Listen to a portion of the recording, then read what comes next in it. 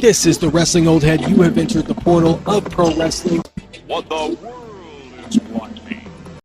I went to my very first independent professional wrestling show in Ohio, and you won't believe what I have to say about it. Absolute Intense Wrestling had a show this past weekend in Akron, Ohio, and the event was called Kash Rules Everything Around Me in honor of Kid Kash, ECW wrestling legend, also wrestled for TNA.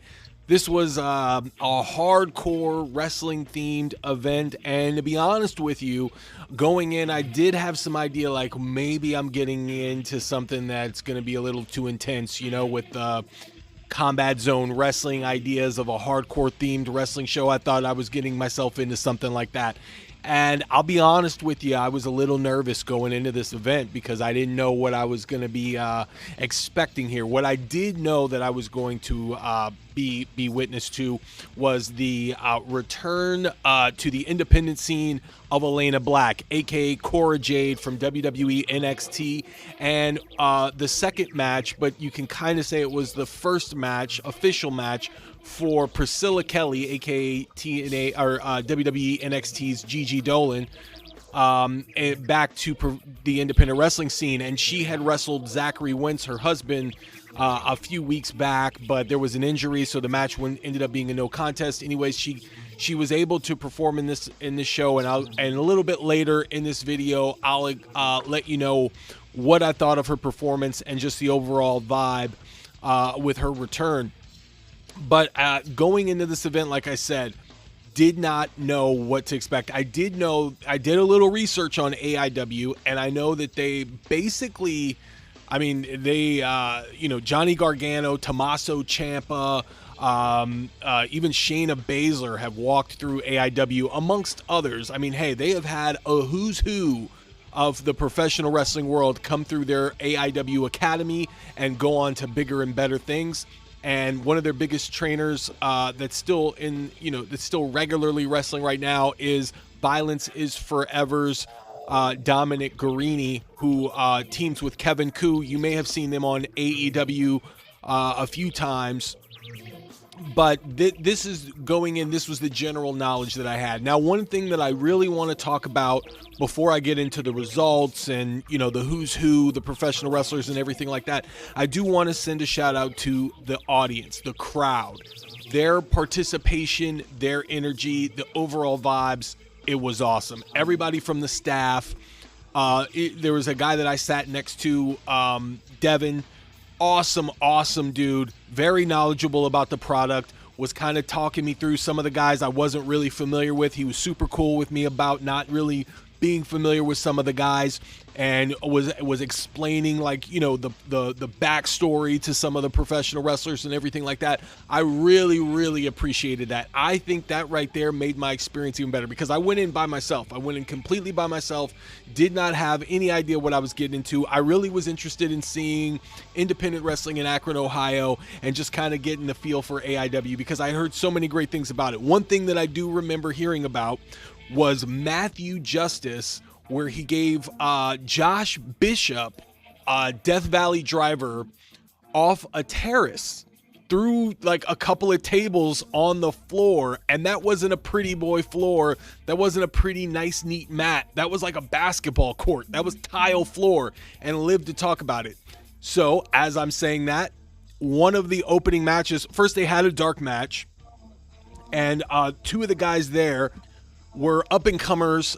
Malcolm, I believe his name is Malcolm, I almost said Matt Montgomery, but it's Cambridge. Malcolm Cambridge. He was wrestling Austin Melee.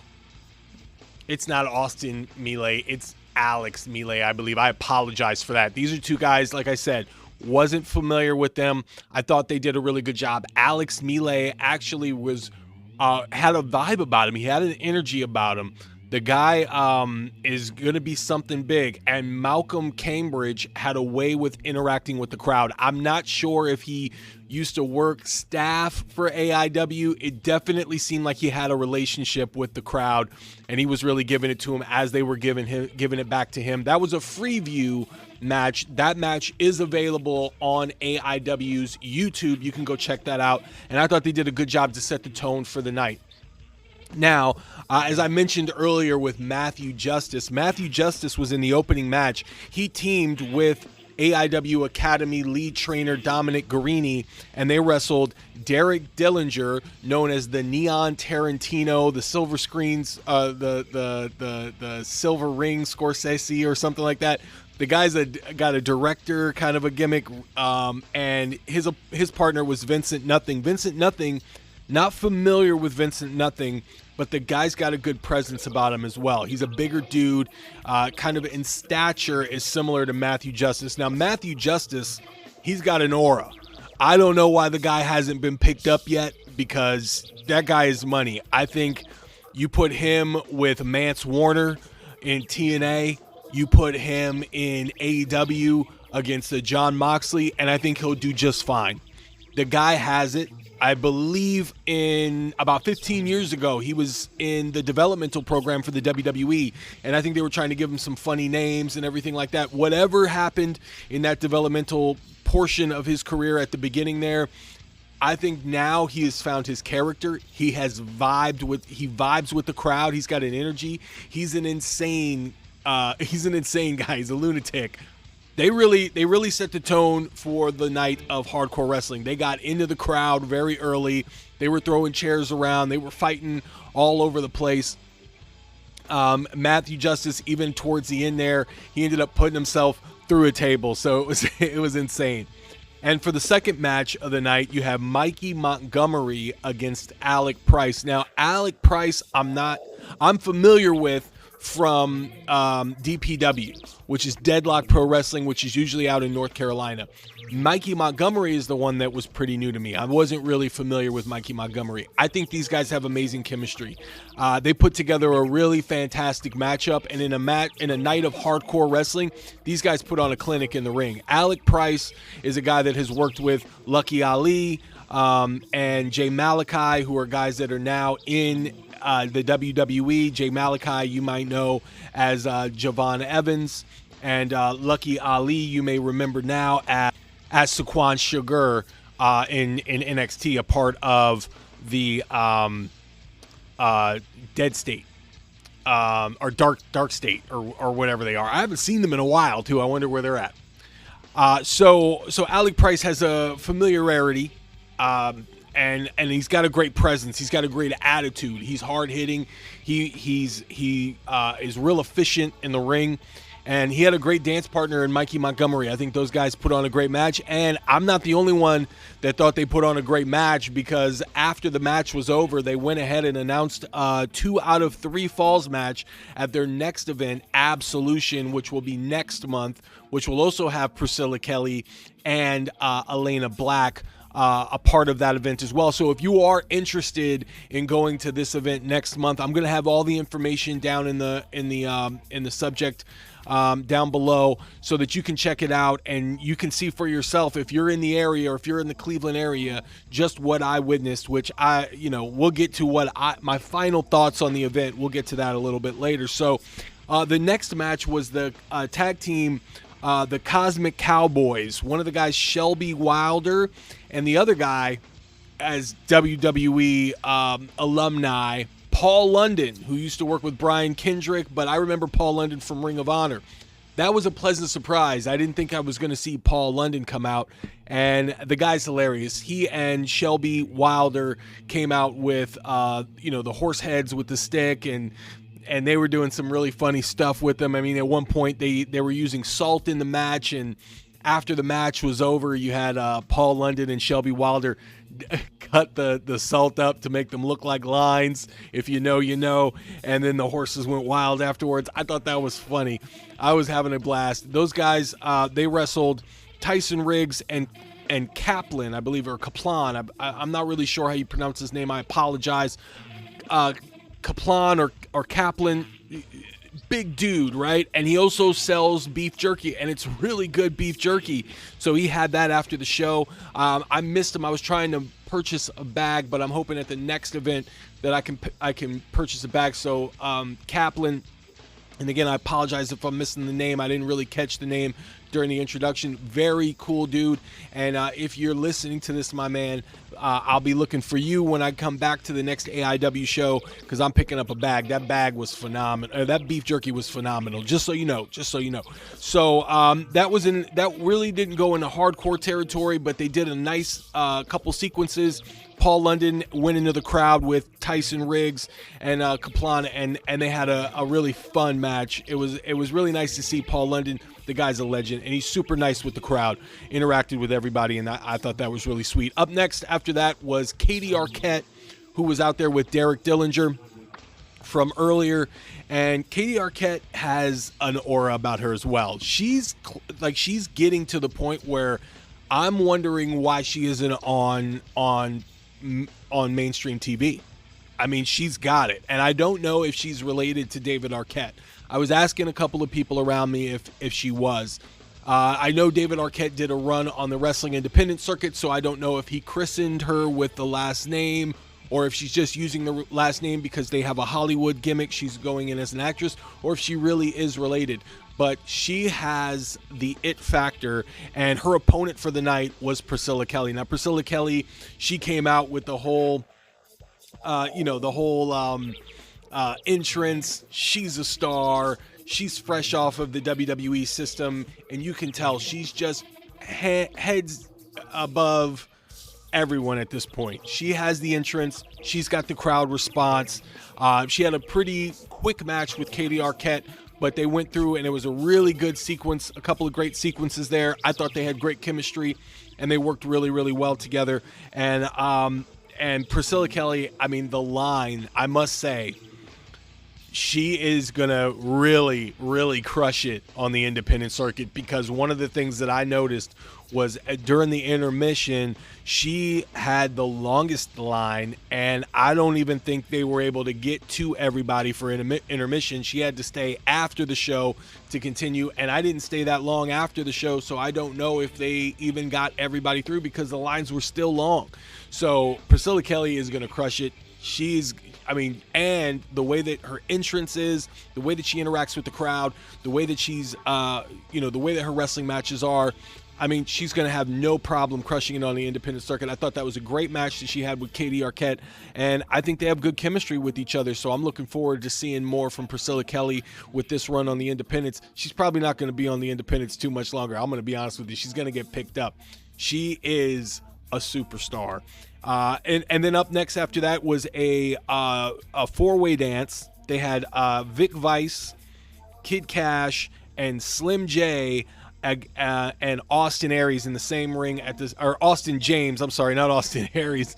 Austin James, who came out in a baseball uniform and everything like that. Slim J, obviously, if you remember him, mainstay. I think he was in NWA Wildside. I remember him from that. But he was also in AEW for a while. And then, of course, Kid Kash. Kid Kash came out with Kid Rock, came out to Kid Rock's Ba with the Ba. I mean, just a complete callback. They were doing some great sequences in that match, and it looked like Austin James scored the pin out of nowhere. It wasn't a very long match, but they were in and out, and the sequences were very tight and crisp. Looked like Kid Kash and Slim J have a big history with one another, so they're going to probably continue that going forward. I thought that was also a fun match. Vic Vice, I got to give him a shout out. When he was on the outside, he was up against the guardrail, and that guy's just hilarious, man. The stuff that he was saying, stuff that he was calling out. I mean, the guy's money, man. The guy is hilarious. So I got to give a shout out to that. So that was a fun match. And then after that, we had our intermission. That's where I met Elena Black. I think Elena Black is in the ring. You know, she's vicious. She's arrogant. She's cerebral. She's, she exudes this confidence, this overconfidence and whatnot. But when you get her outside of the ring, outside of the for lack of a better term, the character that she has created. She's just a sweetheart, man. And we talked briefly about some of her dream matches now that she's out here. This was her first time with AIW. It was my first time in an AIW show, so that was really cool. I got a picture with her, and I really want to say she's a superstar as well. She's going to have no problems on this independent run. She's got it all as well. And then right after the intermission, she got in the ring with Jocelyn Navarro, who's a very, very popular local superstar out of Ohio as well. She's residing there. They had a really fun, fast-paced matchup, and after Elena Black scored the win, Elena was still going after Jocelyn, and Priscilla Kelly made the save, followed by Katie Arquette. So then that became a big pull apart, and that was really fun. I mean, they brought everybody out from the back, and they really couldn't contain all four women. That was very exciting. So I thought what we were going to get was a tag match where it was going to be Priscilla Kelly and Jocelyn Navarro against Elena Black and Katie Arquette. But what we ended up getting was an announced match for Absolution where it'll be a four-way dance. So it's Priscilla Kelly, Jocelyn Navarro, Katie Arquette, and Elena Black in a four-way dance at the next show. So they're really stacking Absolution to be a pretty huge show. So if you don't have your tickets to that, or if you're in the Ohio area, I would recommend going to the show, because they run this thing really, really well. It's a lot of fun, and I'm telling you, with those two matchups, you got the 2 out of 3 falls match between Alec Price and Mikey Montgomery, who they're great chemistry together. And then you got the 4 women in the same ring at the same time. I mean, you can't really beat that, right? I mean, that's worth the price of admission alone, and they haven't even stacked all the show. And I also forgot to mention that Ted DiBiase is also going to be on the bill for this event too. So you get to meet the legend, the $1 Million Man, Ted DiBiase. So you really can't beat that. I mean, you really can't beat that. So I'll have all the information in the below in the in the subject there. But then we had the main event, and this was insane. This really was the main event here, because there were a lot of guys there that I really wasn't familiar with. You had Isaiah Bronner, Eric Taylor, Tyler Jordan, and Trey Lamar. Trey Lamar, I've heard a lot about, actually. I've seen a lot of his highlights, and the guy really is a human highlight reel in the ring. But this was a brawl, so I didn't really get to see him work in the ring as much. But he did have the spot of the night where he did a top rope elbow drop to I think it was Merino T through a guardrail. That was the spot of the night. But and so Isaiah Bronner, Eric Taylor, Tyler Jordan, and Trey Lamar, their opponents were Chuck Stone, Wes Barkley, and PME, which is Philly C and Merino T, I believe. Wes Barkley, in honor or homage to the living legend Terry Funk, had the Terry Funk tights. I thought that was a nice little shout there, and I didn't get a chance to call that out, but that was really cool to see that. This match was all over the place. I think his name is Isaiah Bronner. That guy was barking at guys in the crowd all day long. I mean, I guess they're saying he's not a real champ. I don't know the backstory to that. I don't know if he's pretending to be the AIW champion and he's really not the AIW champion, or he won it by nefarious means and anything like that. So I'm not really sure, but what I do know is that the crowd was all over him, calling him a fake champ. And he wrestled Wes Barkley all the way to the front entrance. I got some footage of that. They brawled all the way to the front of the building, and Isaiah Bronner gave him like an F5 into the bushes. So all this to say, like, I'm in this video, you're going to see, as I'm talking and giving you a review of the show, you're going to see some clips that I got while I was there, while I was in the front row watching this event. And then I'm also going to try to put together a video montage of all of the best moments of this event, because this won't be the last time I'm watching Absolute Intense Wrestling. So spoiler alert, I thought this was a great show. And there are times, the last wrestling show that I went to was WWE SummerSlam in 2024 and Cleveland Stadium. And I must say, this was in certain aspects a better show. And I'll tell you why. Now, obviously, the pageantry, the effects, the superstars, you can't outbeat that. But for the way that the intimacy of this type of event and the camaraderie of this type of event. Like, I talked to some of the local wrestlers there. I talked to some of the guys that were wrestling, and it was no problem. Like I said, I talked to Elena Black. Priscilla Kelly was hard to get to. I talked to Kid Kash. I talked to Paul London. And I forgot to mention, but in this main event, you also saw Bill Alfonso come out. And Bill Alfonso came out, first he came out to Walk by Pantera, and I thought, oh my God, are we going to see Rob Van Dam come out? I thought I was going to lose my mind.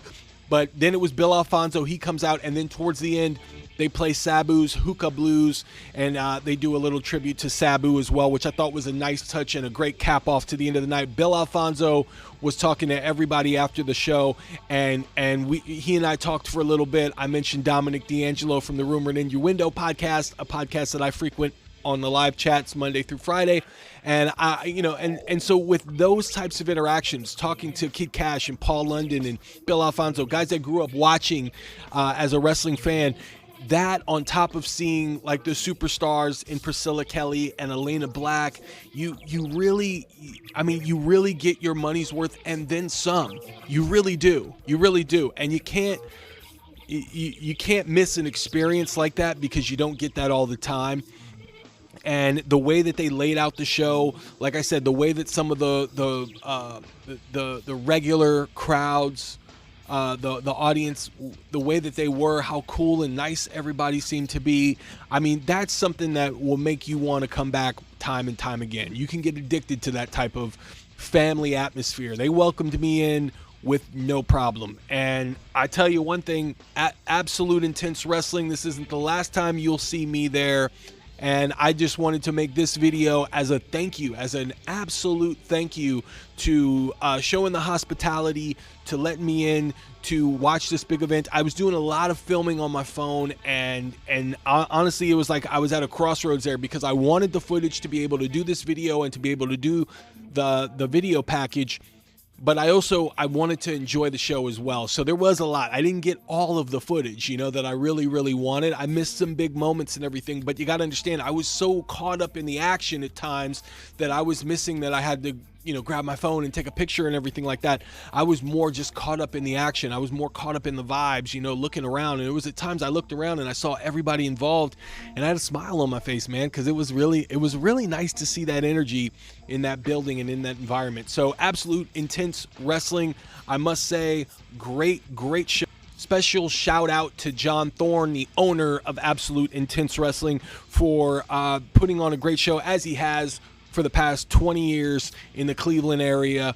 And like I said, this isn't the last time I'm going to be going to an event for Absolute Intense Wrestling. I will be there again. And as a thank you to the environment and to a night that I will never forget, I am putting out this video, and I'm also going to put out a video package as well. Thank you guys, for Absolute Intense Wrestling family, for putting on a great show in the Akron, Ohio area, and I'll be seeing you again. And you guys, let me know in the comments what you think about this review. If you want me to start reviewing more independent wrestling shows, and past and present, that's another thing that I can do as a wrestling old head. I can definitely do some retro reviews. I have no problem doing that as well. So you guys let me know in the comments what you think about that. Thanks for coming out to the Portal of Pro Wrestling. I'm the Wrestling Old Head. Stay tuned for more.